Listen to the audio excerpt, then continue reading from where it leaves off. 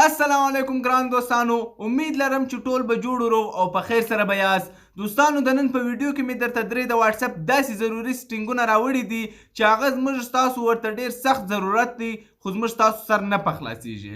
راځئ چې په ګډه سره یې ځان ته معلوم کړو چې دا کم درې سټینګونه دي چې زموږ ورته ضرورت دی خو زموږ سر نه په خلاصیږي. ډېر اسانه او ډېر خوندور سټینګونه دي، بغیر کوم اپلیکیشنه تاسو کولی شئ چې په واتساپ کې دا درې سټینګه وکړئ او ستاسو به ټول عمر چې دی هغه ستاسو واتساپ چې دی هغه محفوظ وي، یعنی ټول عمر چې دی هغه به ستاسو واتساپ محفوظ وي.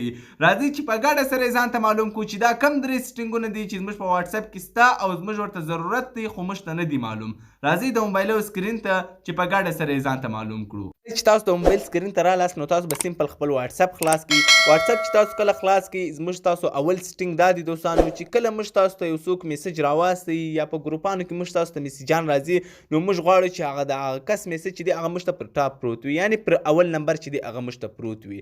نو تاسو به سمپل د هغه پر پروفایل باندې کلیک کړئ او دلته کې به دا د ګنټۍ نشان دی، پر دې ځای باندې به تاسو کلیک کړئ. پر دې چې کله تاسو کلیک کړئ اوس که تاسو ته هر څومره میسجان راسي، هر څومره ګروپانو کې تاسو ته میسجان راسي، خو د دې کس کوم میسجان چې دی هغه به تاسو ته پر ټاپ یعنی پر اول نمبر پراته وي.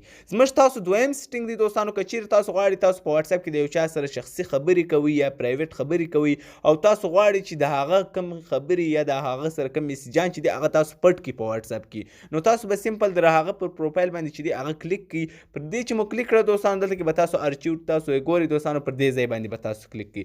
پر دې چې تاسو کلیک کړه تاسو دا پروفایل چې دی یعنی تاسو دا کم کس میسجان چې دی دا به پټ سي په ارچیو، او که چیرې تاسو غواړئ د دوباره د ارچیو څخه ختم کړئ نو تاسو به سمپل ارچیو ته راسئ او دلته کې به د پر پروفایل باندې کلیک کړئ او دوباره به دلته کې ارچیو لیکلی وي دوستانو، پر دې ځای باندې به تاسو کلیک کړئ، به دوباره د ارچیو څخه چې دی هغه راوځي.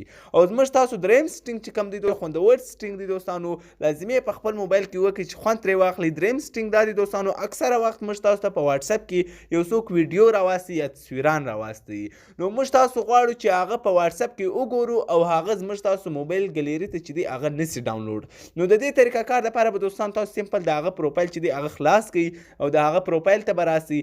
پروفایل ته چې تاسو کله رالاست دوستانو لږ لاندې به تاسو راسئ، دلته کې میډیا تاسو ګورئ دوستانو را سره، پر دې ځای باندې به تاسو کلیک کړئ. پر دې چې تاسو کلیک کړئ دلته کې به ډیفولټ یس لیکلی وي، تاسو به سمپل پر نو باندې کلیک کړئ. پر نو چې تاسو کله کلیک کړئ تاسو به اوکې ووایئ. اوکې چې تاسو وویل دوستانو، اوس که دا کس هر څومره ویډیو یا تصویران تاسو ته راواستوي تاسو به په واتساپ کې وګورئ، خو دا به ستاسو د موبایل ګلري ته نه ځي.